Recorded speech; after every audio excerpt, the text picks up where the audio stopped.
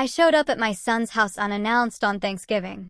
Outside, my grandson stood shivering in just a t-shirt and shorts in 5 degrees Fahrenheit weather. Inside, the whole family was feasting at the table. I kicked the door open and spoke 6 words.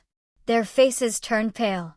You know that feeling when a gut-wrenching worry finally explodes into raw, unbridled rage? That's exactly what happened this past Thanksgiving when I found my grandson, blue-lipped and shivering in near-freezing temperatures, while his own family laughed and feasted inside, oblivious to the monstrous injustice they'd inflicted. But I promise you, their holiday cheer evaporated the moment I kicked down that door, and that was just the beginning of the comeuppance they truly deserved. My phone buzzed against the dashboard, pulling me from a haze of grief. It was my neighbor. Police cars at the Hendersons again. Domestic situation, the text read. Made me think of you and your family worries. I stared at the words, my old Chevrolet idling in Leona's driveway. The Hendersons. Martha used to worry about their grandson, too.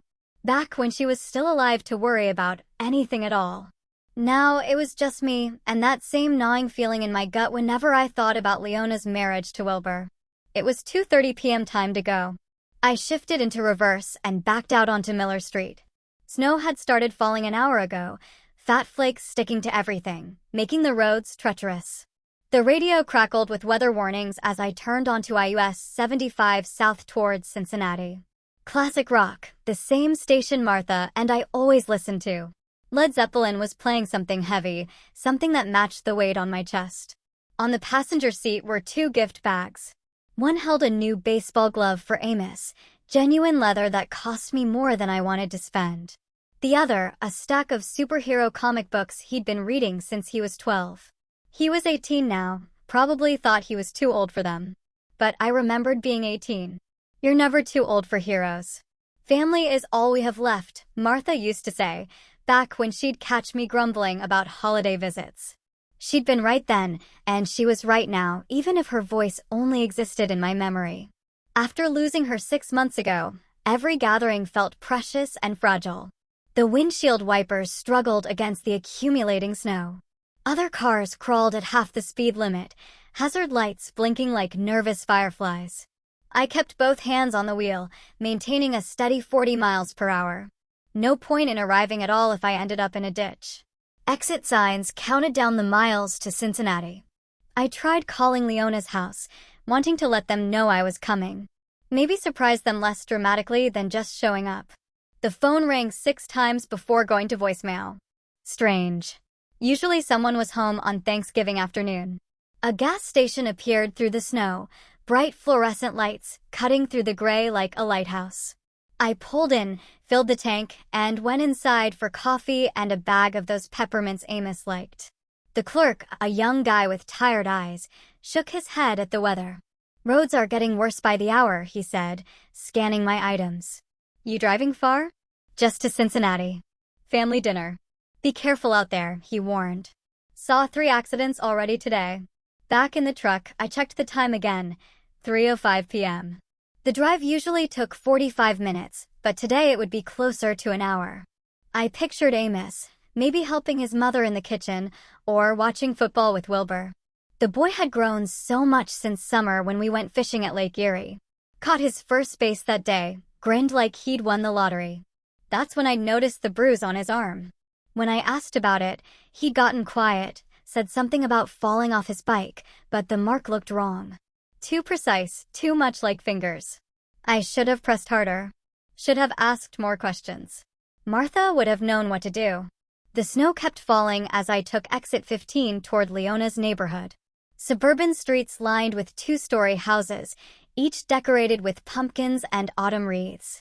Christmas lights were already going up on some of them, twinkling through the white curtain of snow.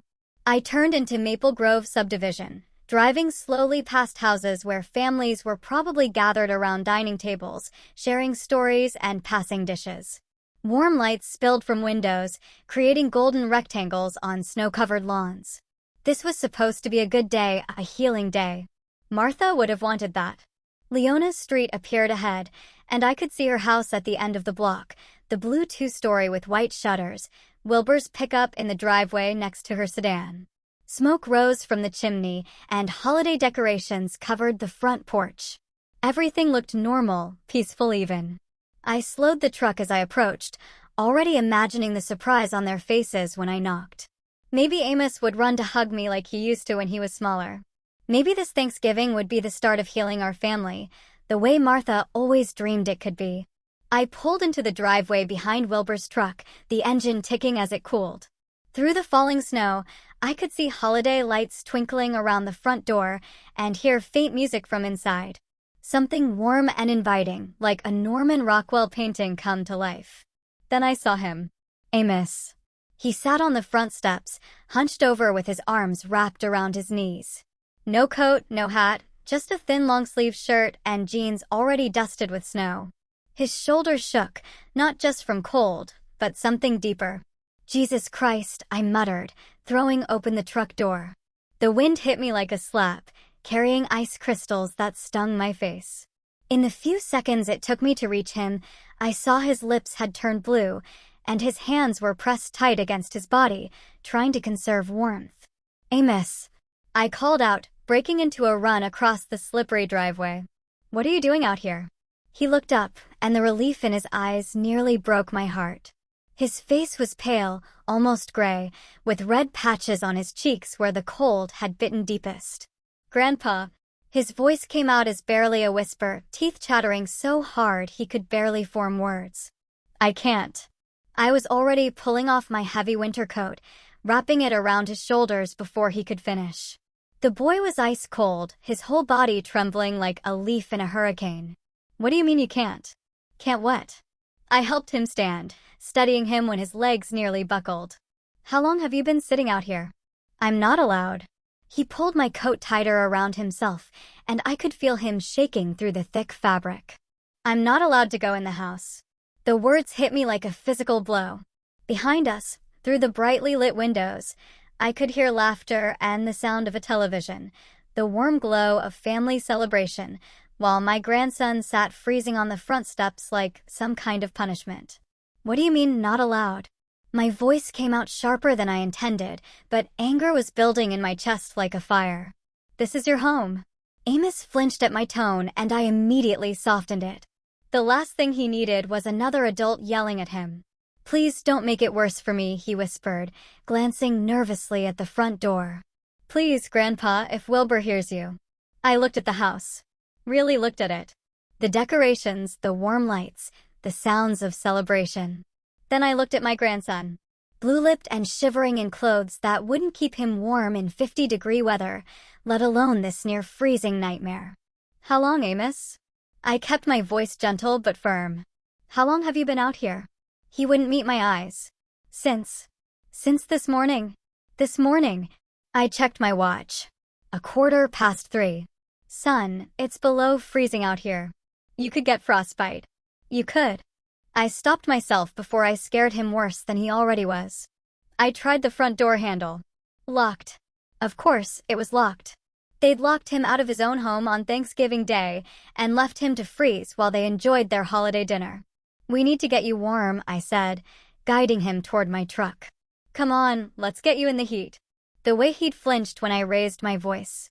The bruises I'd noticed during our fishing trip. The careful way he moved, like someone who'd learned to make himself small and invisible. This wasn't the first time. This was a pattern.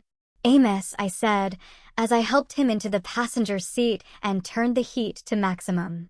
I cranked the heat to full blast and wrapped another blanket from my emergency kit around his shoulders. His hands were so numb he couldn't grip anything properly, so I held them between mine, trying to rub warmth back into his fingers. Talk to me, son, I said, keeping my voice steady despite the rage building in my chest. What happened this morning? He stared down at his hands, still shaking. I was helping Mom with the turkey. She asked me to check on it while she took a shower. His voice was small, ashamed. I just forgot to turn off the oven timer when I took it out to baste it. You forgot a timer? The turkey got a little burnt on top, not ruined, just darker than usual. He finally looked at me, and I could see the fear in his eyes.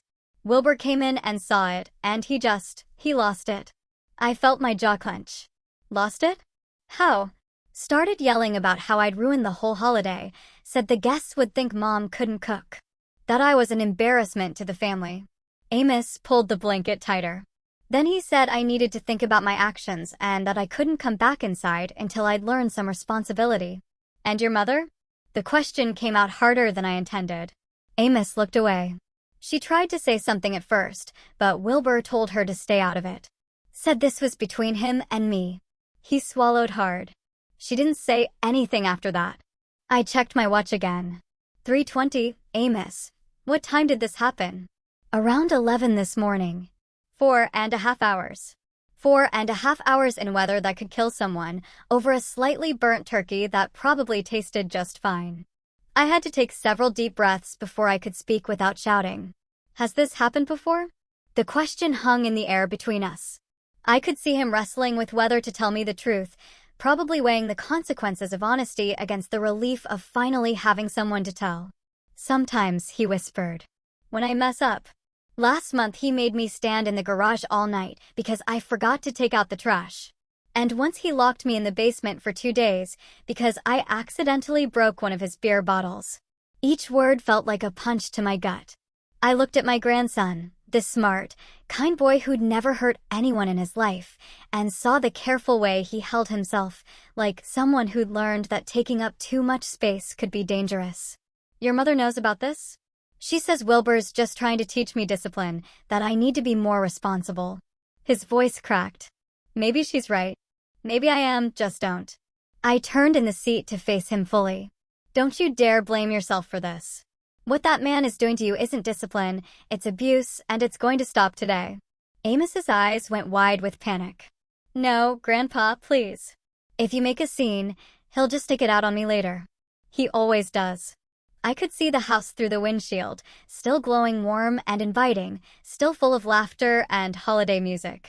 Inside, my daughter was serving dinner to guests while her son sat freezing in a truck, too afraid to ask for basic human decency. Listen to me, I said, taking his hands again. You're 18 years old. You don't have to live like this anymore, and I'm not going to let you. But where would I go? I don't have any money. I can't afford college without. You'll come home with me. Tonight. The decision crystallized as I spoke. We'll figure out the rest later. I could see the hope and terror warring in his expression. Hope because maybe, finally, someone was going to stand up for him. Terror because he'd learned not to trust that things could actually get better. He won't let me leave, Amos said quietly. He'll say I stole something or that you're kidnapping me. I looked at the house again, at the warm lights and holiday decorations, and felt something cold and hard settle in my chest. Martha had always been the diplomatic one, the one who smoothed over family conflicts with patience and understanding. But Martha wasn't here anymore, and diplomacy hadn't protected my grandson from 4 hours in near-freezing weather. Let me worry about Wilbur, I said, opening the truck door. Right now, we're going to get your things. I stepped out into the snow, my boots crunching on the accumulating white. Behind me, I heard Amos scramble to follow, my coat still wrapped around his shoulders. The front door was still locked, but I had no intention of knocking. My hands were moving with the kind of rage that builds slowly, then hits like a freight train when you finally see the whole picture. Why didn't you tell me it was this bad? I asked, studying his face more carefully. Now that I was really looking, I could see faint bruises along his jawline, partially hidden by the shadows and cold red skin. I tried to hint, he whispered, pulling my coat tighter. But you always talk to Mom and she. The memory hit me like a slap. Last month, when Amos had called while I was fixing dinner, his voice small and uncertain. Grandpa, Wilbur says I can't eat dinner with them anymore. Says I have to earn my way back to the table. I'd laughed it off. Thought it was teenage drama. Called Leona the next day, and she'd brushed it aside with that practiced ease she'd developed since marrying Wilbur. Dad, you're overreacting. It's just normal family discipline. Amos exaggerates everything. You know how teenagers are. Another memory surfaced. A summer phone call. Amos sounding exhausted. Mom, Wilbur yelled at me again about leaving dishes in the sink. He made me wash every dish in the house twice. When I'd asked Leona about it later, she'd sighed that martyred sigh. He's just being dramatic. Wilbur's trying to teach him responsibility. How long has he been treating you like this? I asked, though part of me already knew the answer would destroy me. Since Mom married him 3 years ago, Amos's voice was barely audible. It started small, making me redo chores if they weren't perfect. Then it got worse. I remembered the fishing trip this past summer. How Amos had seemed reluctant to go home, kept asking if we could stay another day. When I'd pressed him about it, he just shrugged and said he liked being on the lake. But now I could see it differently. The way he'd grown quiet when I mentioned driving him back. The shadow that crossed his face when he talked about school starting. The basement incident, I said, the pieces clicking together. You mentioned sleeping in the garage. How? Many times? More than I want to count. He was looking at his hands now, and I could see the shame he carried. Last winter, he locked me out for forgetting to shovel the driveway. I slept in your truck when you visited for Christmas Eve. My truck. He'd slept in my truck on Christmas Eve while I was inside, enjoying eggnog and thinking what a wonderful family holiday we were having. The guilt hit me like a physical blow. I looked toward the house where warm light spilled from every window, and I could hear the faint sound of laughter. A perfect suburban holiday scene, while my grandson nearly froze to death on the front steps. Your mother knows about all of this? Amos nodded miserably. She says Wilbur's just trying to make me a better person, that I need to stop being so sensitive and learn to follow rules. The rage was building now, hot and focused. I could feel it in my chest, in the way my vision seemed to sharpen and narrow. Martha used to warn me about my temper. Told me to count to 10 before acting when I got like this. But Martha wasn't here, and counting wouldn't help my grandson. I stood up, still keeping Amos wrapped in my coat.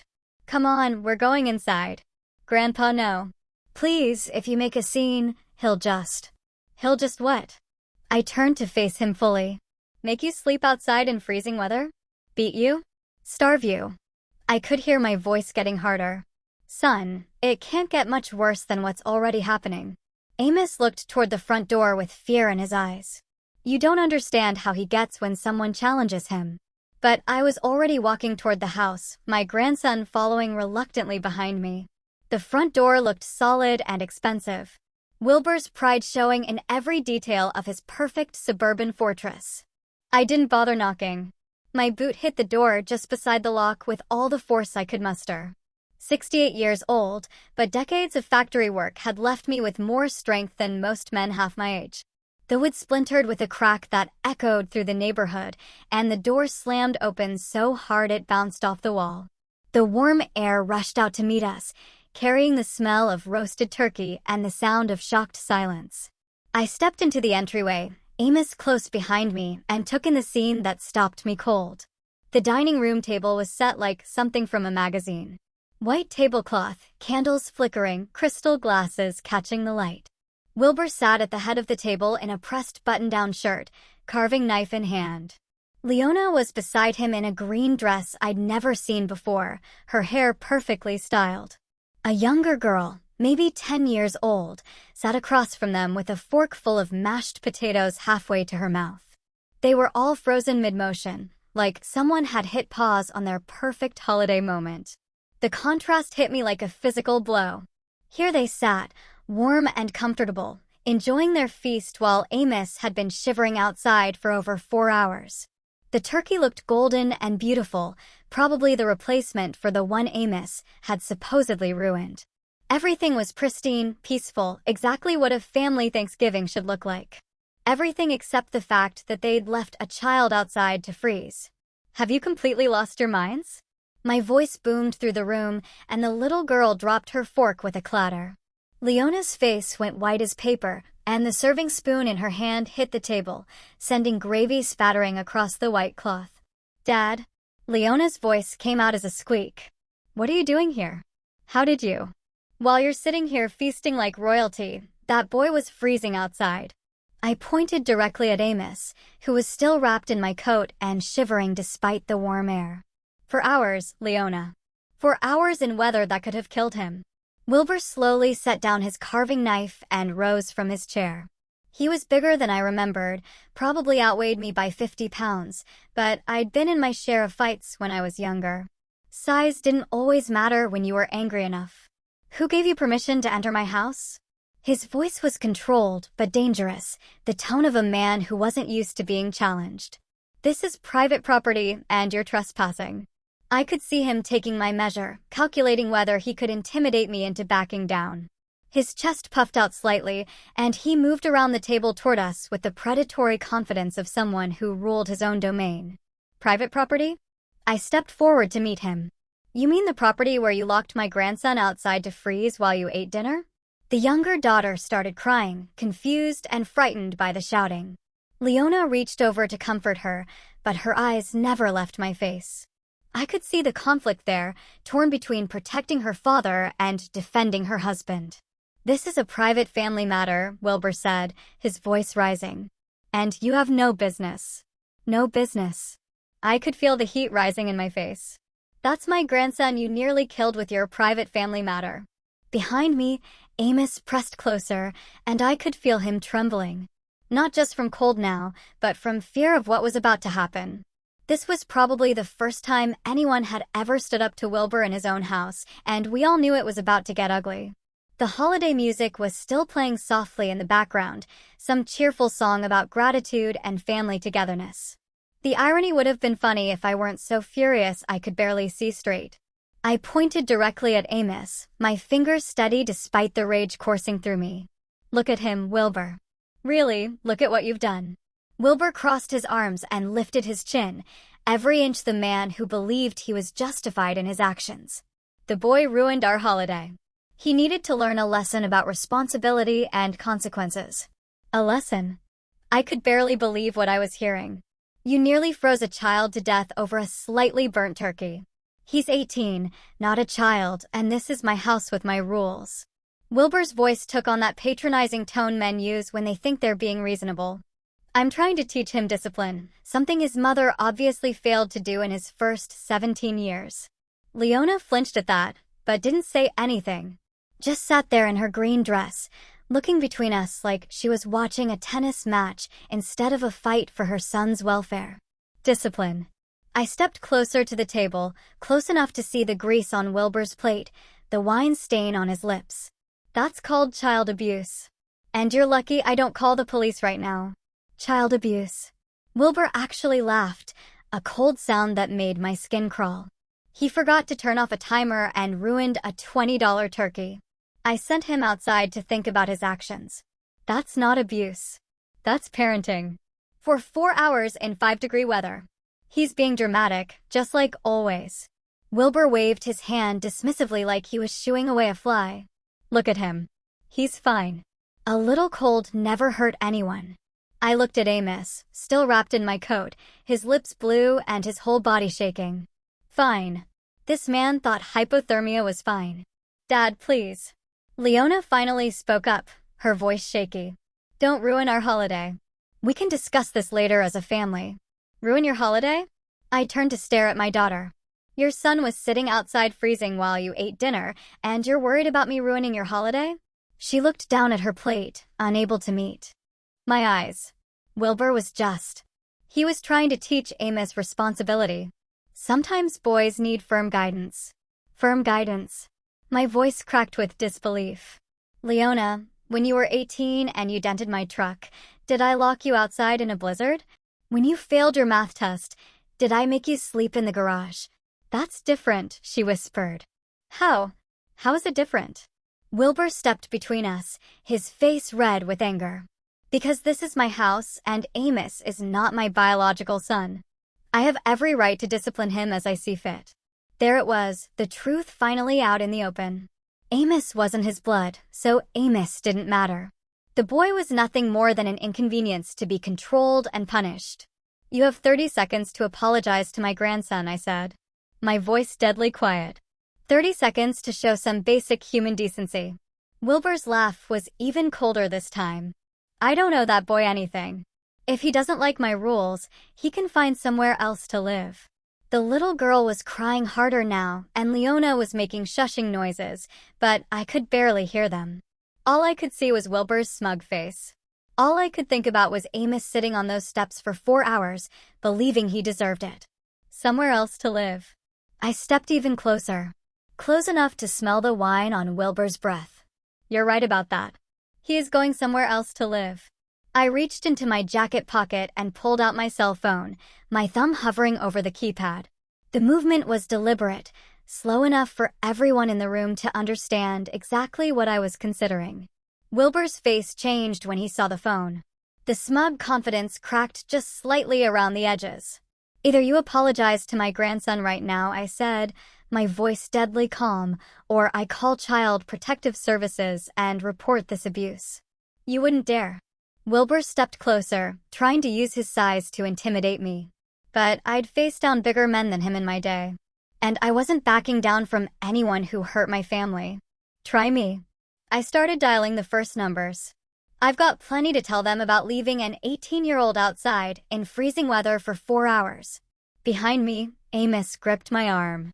I could feel him trembling, but not from cold anymore. This was fear of a different kind. The terror of someone who'd learned that standing up only made things worse. "Dad, please." Leona finally moved, stepping between us with her hands raised like she was trying to stop a bar fight. "Don't destroy our family over this." "I'm not destroying anything." I kept my eyes locked on Wilbur. He did that when he decided to abuse my grandson. Abuse? Wilbur's laugh was harsh and bitter. I was teaching him responsibility, something his weak mother never bothered to do. Leona flinched like he'd slapped her, but she didn't defend herself. Just stood there taking it, the way she probably always did. "Get out of my house, old man." Wilbur continued, his voice rising. "You have no authority here. Amos is my responsibility now." "Your responsibility?" I looked around the perfect dining room, the crystal glasses, the fine china, the holiday centerpiece. Then back at my grandson's bruised face. "Is this how you handle responsibility? Locking children outside to freeze?" The younger daughter was crying harder now, confused and frightened by the shouting. Leona moved to comfort her, but kept glancing between me and Wilbur like she was watching a tennis match where someone might die. "He's not a child. He's 18, Wilbur said, straightening his shoulders. "And in my house, adults who can't follow simple instructions face adult consequences. Adult consequences for forgetting to turn off a timer. Adult consequences for being careless and destructive. For ruining our holiday and embarrassing this family in front of our guests." Wilbur gestured toward the empty chairs where other family members had obviously been sitting before I arrived. Everyone had to leave because of the scene he caused. I looked at those empty chairs and felt another piece of the puzzle click into place. They'd had guests. People had been here, eating dinner and socializing, while Amos sat outside freezing. And none of them had questioned it. None of them had said a word. "Grandpa, let's just go," Amos whispered behind me. "Please, I don't want to cause any more problems." The defeat in his voice broke something inside me.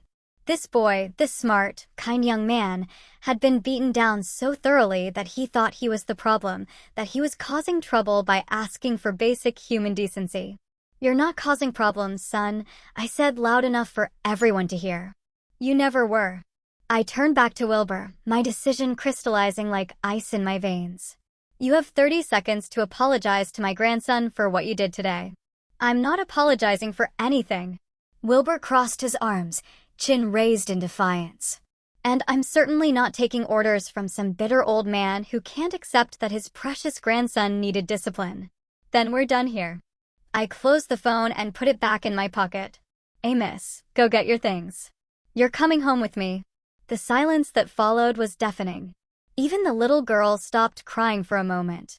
"You can't just take him," Leona said, her voice barely a whisper. "Watch me." I placed my hand firmly on Amos's shoulder, guiding him away from the dining room table and toward the stairs. "Go pack whatever you need. We're leaving." "Dad, you can't do this." Leona followed us, her voice rising with panic. "You can't just walk into our house and take my son." "I can and I am." I kept walking, staying between Amos and the rest of the family. "Unless you'd prefer I call the authorities and let them sort it out." Amos led the way up the narrow staircase to the second floor, his steps quick and uncertain. I could hear Wilbur behind us, his heavy footsteps on the hardwood, but I didn't turn around. "This is kidnapping," Wilbur called out. "I'll have you arrested for kidnapping." Good luck explaining to the police why my grandson was sitting outside in 5-degree weather for 4 hours. I reached the top of the stairs and followed Amos down a short hallway to a small room at the back of the house. The room was barely big enough for a twin bed and a small dresser. No heat vent that I could see, and the single window faced north, letting in the coldest air. It looked more like a storage room than a bedroom, and it was clearly the worst room in the house. "This is where you sleep?" I asked, taking in the sparse furnishings and bare walls.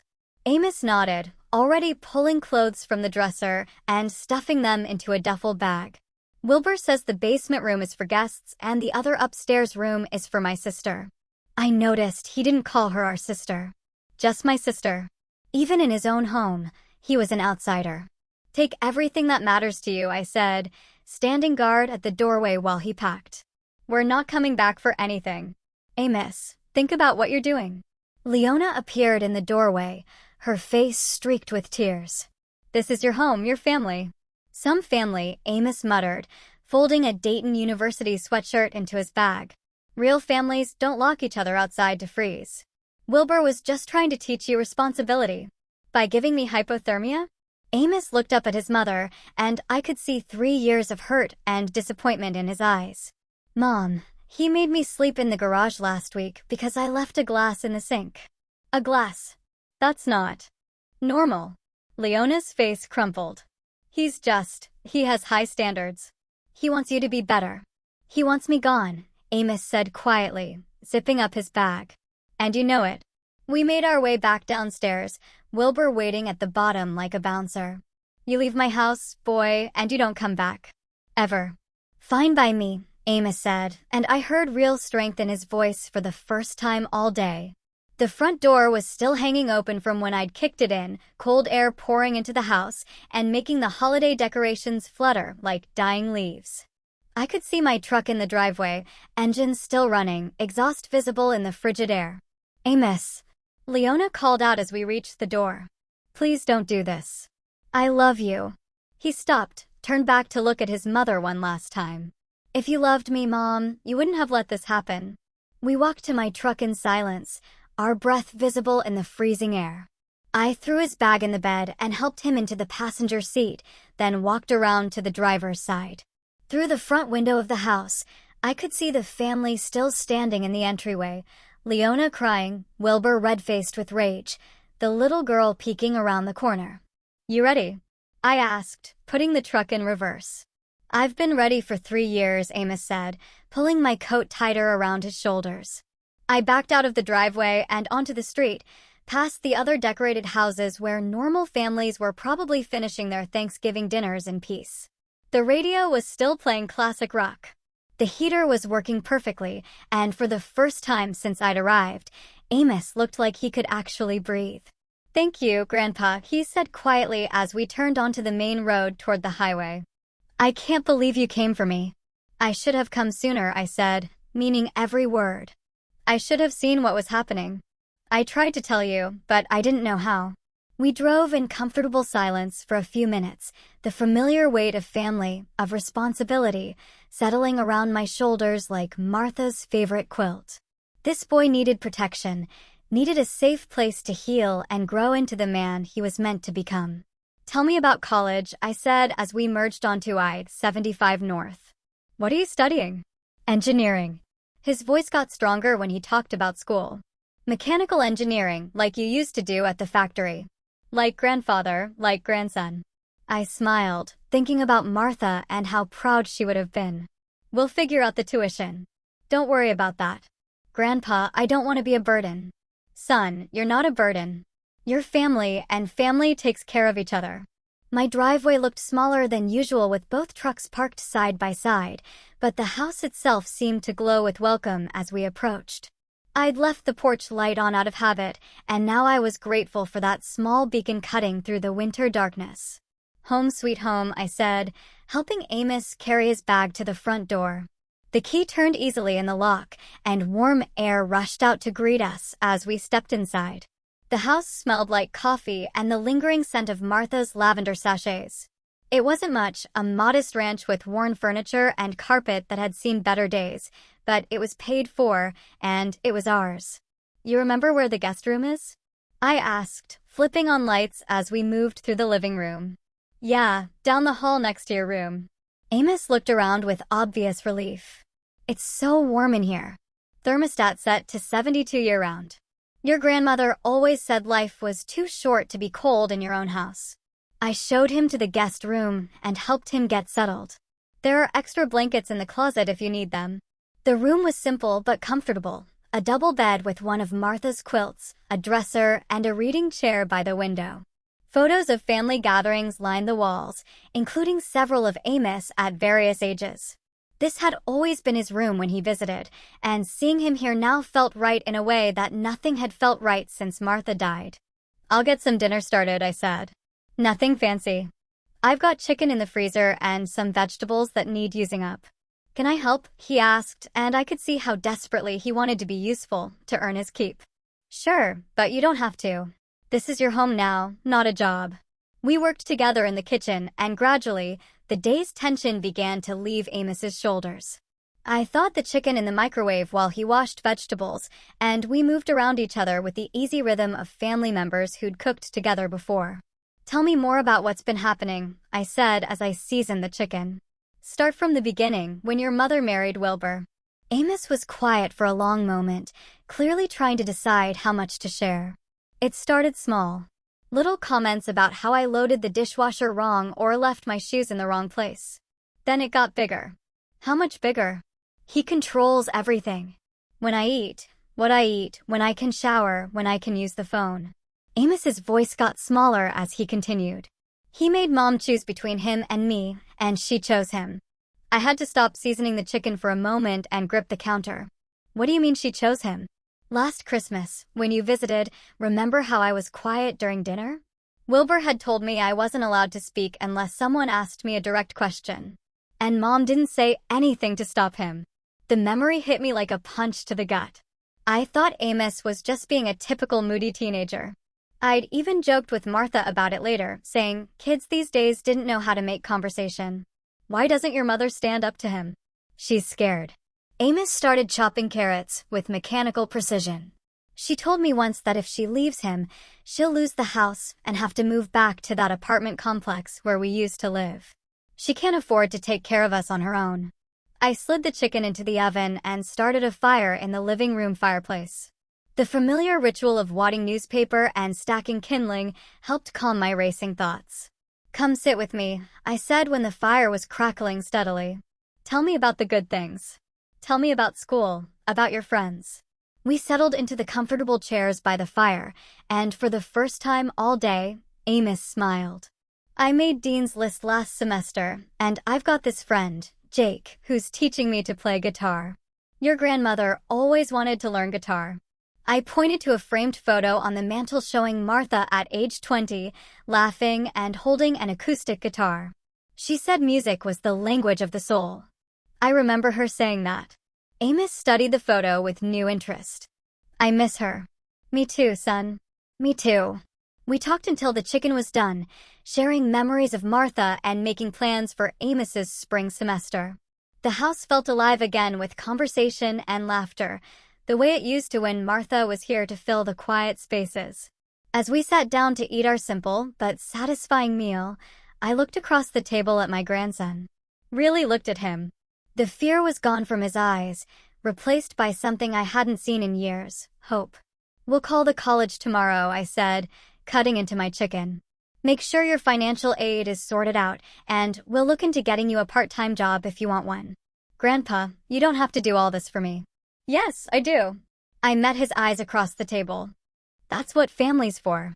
The phone rang just as we were finishing dessert, leftover pie I'd found in the freezer. The sound cut through our peaceful evening like a knife, and I could see Amos tense up immediately. I looked at the caller ID and felt my jaw clench. Leona. The peaceful crackling of the fireplace was shattered by 3 sharp knocks on the front door. Not the gentle rapping of a neighbor or the hesitant tap of someone unsure. This was the authoritative pounding of someone who expected immediate compliance. Amos nearly dropped his coffee mug. Grandpa, stay behind me, I said, setting down my own cup and moving toward the door. The knocking came again, more insistent this time, accompanied by the sound of multiple voices on my front porch.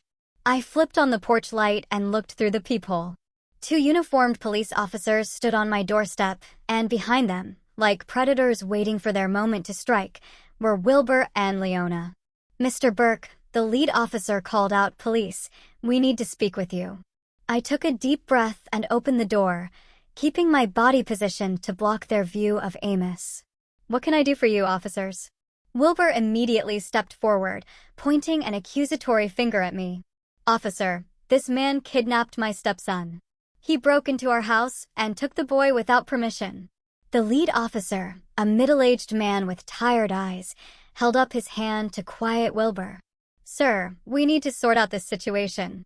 "Mr. Burke, is there a young man named Amos Green on these premises?" "Yes," I said simply. "My grandson is here. He kidnapped him." Wilbur's voice rose dramatically. "Broke down our door like some kind of criminal and dragged the boy away from his family." "Is the young man here voluntarily?" the second officer asked, pulling out a notepad. Before I could answer, Amos appeared beside me, still wrapped in the blanket from the couch. His voice was quiet but clear. "I want to stay with my grandpa." Wilbur's face flushed red. "See, he's been filling the boy's head with lies, turning him against his own family." "What lies?" I stepped forward slightly. "The truth about how you left him outside in freezing weather for 4 hours? The truth about how you've been abusing him for 3 years. "Abuse?" Wilbur laughed, but it sounded forced. "I was teaching him responsibility. The boy ruined our entire Thanksgiving dinner and needed to learn there are consequences for his actions." The first officer looked between us with the weary expression of someone who'd broken up too many family disputes. "Mr. Burke, we're going to need everyone to come inside so we can discuss this properly." I stepped back reluctantly, allowing the officers to enter my living room. Wilbur followed immediately, Leona trailing behind him with her eyes fixed on the floor. She looked smaller somehow, diminished, like a woman who'd finally realized the true cost of the choices she'd made. "Now then," the officer said, taking out his notepad. "Let's start from the beginning. Mr. Green, you claim this man kidnapped your stepson." "Absolutely." Wilbur straightened his shoulders, putting on what I recognized as his reasonable authority figure performance. "I came home from work to find my front door broken and Amos gone. When I called around, neighbors said they saw an older man forcing the boy into a truck." "Forcing?" I couldn't keep the disbelief out of my voice. "Officer, I rescued my grandson from child abuse." "That's what he keeps saying," Wilbur said, shaking his head sadly. "But the truth is, he's never approved of my marriage to his daughter. He's been looking for any excuse to cause trouble." The officer turned to Amos, who was standing close enough to me that I could feel him trembling. "Son, did this man force you to come with him?" "No, sir." Amos's voice was barely above a whisper. "He saved me." "Saved you from what?" Amos glanced nervously at Wilbur, then back at the officer. "From freezing to death on the front porch. I accidentally burned the turkey this morning. Wilbur made me sit outside in the cold to think about my actions. I was out there for over 4 hours in 5-degree weather." "He's exaggerating," Wilbur said quickly. "It was maybe an hour, and he was dressed warmly." "An hour?" I stared at him. "Officer, I have witnesses. My grandson was sitting on that porch in a thin shirt and jeans when I arrived at 3:15. He'd been there since 11 in the morning." The first officer looked at Wilbur with new interest. "Sir, is it true you made the young man sit outside as punishment?" "Briefly, yes, but he's making it sound worse than it was." "In freezing weather for several hours?" Wilbur's confident facade began to crack slightly. "Look, sometimes teenagers need firm discipline. His mother and I agreed that." "Mom didn't agree to anything," Amos said, his voice getting stronger. "She just didn't stop you." All eyes turned to Leona, who had been silent throughout the entire exchange. She stood by the doorway like she was ready to run, her hands clasped tightly in front of her. "Ma'am," the officer prompted. "What's your version of events?" Leona looked like a woman standing at the edge of a cliff, knowing that whatever she said next would determine whether she stepped back to safety or plunged into the abyss. Her hands shook as she glanced between Wilbur's expectant face and Amos's hopeful eyes. "Mrs. Green," the first officer said gently, We need to know what really happened today. Wilbur moved closer to his wife, and I could see the subtle intimidation in his posture. The way he positioned himself to loom over her, the warning look in his eyes. Tell them, honey, tell them how your father has been poisoning Amos against our family. The officer noticed it too. Sir, please step back and let your wife speak for herself. Leona's voice came out as barely a whisper. She cleared her throat and tried again. Amos did burn the turkey this morning and the officer prompted. And Wilbur was upset. Very upset. Her eyes darted to her husband, then quickly away. He said Amos needed to learn responsibility by sitting outside in freezing weather. Leona nodded miserably. Wilbur said it would teach him to be more careful. How long was he outside, ma'am? Another glance at Wilbur, who was standing rigid with barely controlled anger. Since around 11. Until when? Until my father arrived. Her voice was getting smaller with each word. Around 3:15. The officer did quick math in his head. Over 4 hours in 5-degree weather. She's making it sound worse than it was. Wilbur interjected. He could have come inside any time if he'd apologized and shown some remorse. No, he couldn't. Leona said suddenly, and everyone turned to stare at her. You locked the door. You told me not to let him in, no matter what. The silence that followed was deafening. Wilbur's face went white, then red, then back to white. Leona, he said, his voice dangerously quiet. What are you doing? I'm telling the truth. She looked at Amos, and I could see tears starting to form in her eyes. For once in 3 years, I'm telling the truth. The officer leaned forward slightly. Mrs. Green, has this kind of punishment happened before? Yes. The word came out in a rush, like she'd been holding it back for years. He's made Amos sleep in the garage in the basement. He's locked him out of the house overnight. Her voice grew stronger with each confession. He controls when Amos can eat, when he can shower, when he can speak at the dinner table. Leona, shut up. Wilbur's mask finally slipped completely. You have no idea what you're doing. You'll destroy everything we've built. What we've built. She turned on him with sudden fury. What have we built except fear and misery? Look at my son. Look what you've done to him. I watched Amos's face transform as his mother finally stood up for him. 3 years of doubt and self-blame seemed to melt away as he realized that someone else could see the truth of what he'd endured. The first officer stood up and moved toward Wilbur. Sir, I'm going to need you to turn around and put your hands behind your back. This is ridiculous. Wilbur backed toward the door. You're going to arrest me based on the word of a bitter old man and his delusional daughter? Based on the physical evidence and multiple corroborating testimonies about child endangerment, the officer said calmly, pulling out his handcuffs. You have the right to remain silent. As they read Wilbur his rights and led him toward the door, he turned back to Leona with pure venom in his eyes. You'll regret this betrayal. You'll lose everything. The house, the money, everything. You'll be nothing without me. I'd rather be nothing than watch you hurt my son, she said. And for the first time in years, she sounded like the strong woman who'd raised Amos on her own.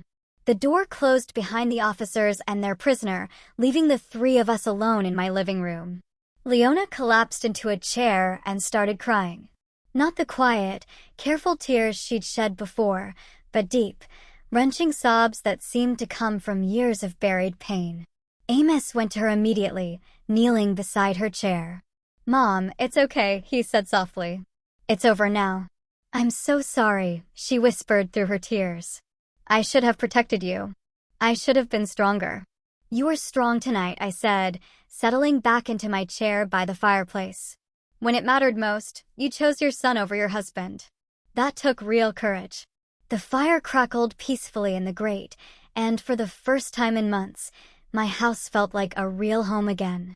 Not just because my family was safe, but because the truth had finally been spoken, and justice was being served. Amos looked up at me from where he knelt beside his mother's chair. What happens now, Grandpa? Now we heal, I said simply. We take our time, and we heal. For months later, the morning sun streamed through my kitchen window as Leona flipped pancakes on the griddle. Amos sat at the table, reviewing his acceptance letter from Ohio State's engineering program. Full scholarship, he said for the 10th time that week, still not quite believing it. They're actually paying me to go to school. That's what happens when you're brilliant and work hard, Leona said, sliding the stack of pancakes onto his plate. She looked different now, stronger, more confident.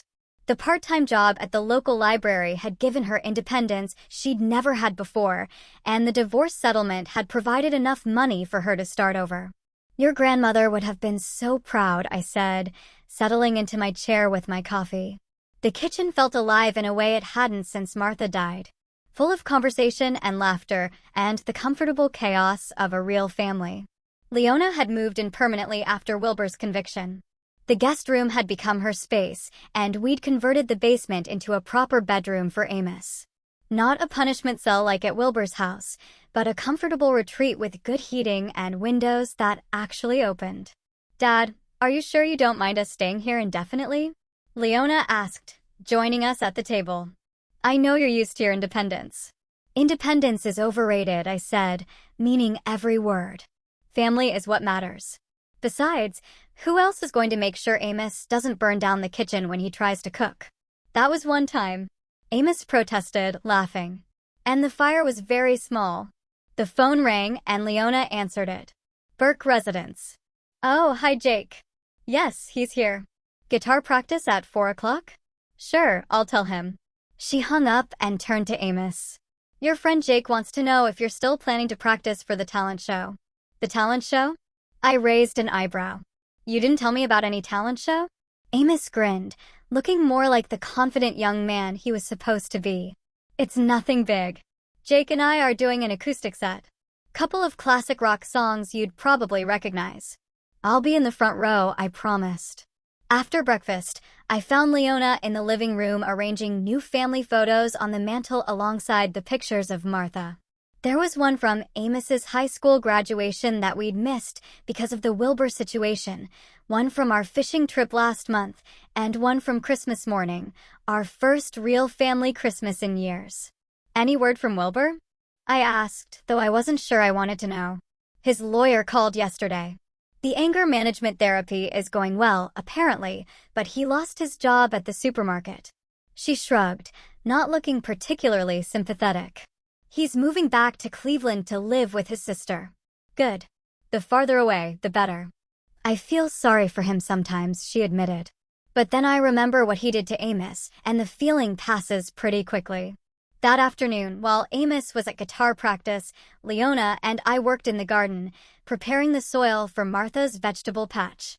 Spring was coming early this year, and there was something hopeful about planting seeds and planning for growth. Dad, Leona said, pulling weeds with focused determination. I need to thank you again for what you did. If you hadn't come that day...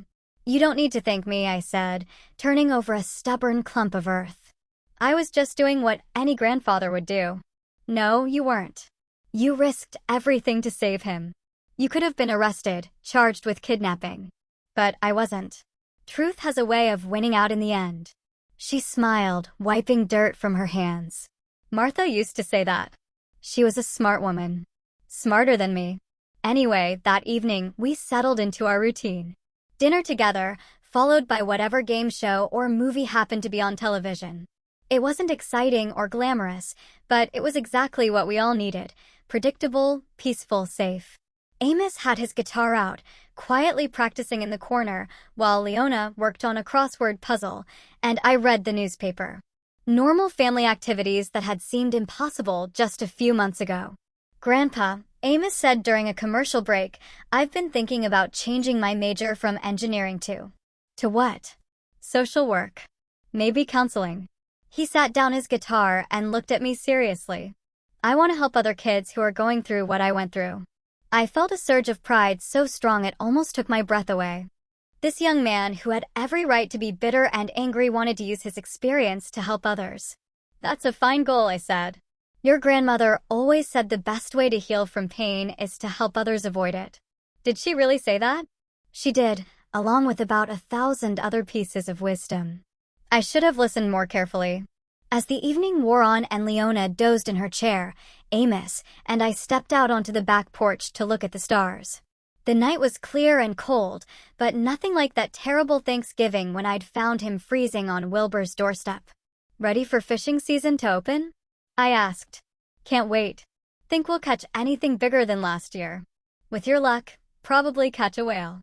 We stood in comfortable silence, two generations of Burke men who'd found their way back to each other through crisis and truth. In a few months, Amos would head off to college and eventually, he'd build his own life and family. But the foundation was solid now, built on honesty and protection and the kind of love that doesn't ask for anything in return. "Grandpa," Amos said as we headed back inside. "Yeah, thank you for coming to get me. Thank you for being worth saving." The house was warm and bright as we locked up for the night, three people who'd learned that family isn't just about blood. It's about showing up when it matters most, telling the truth even when it's hard, and protecting the people you love, no matter what the cost. Martha would have been proud of all of us.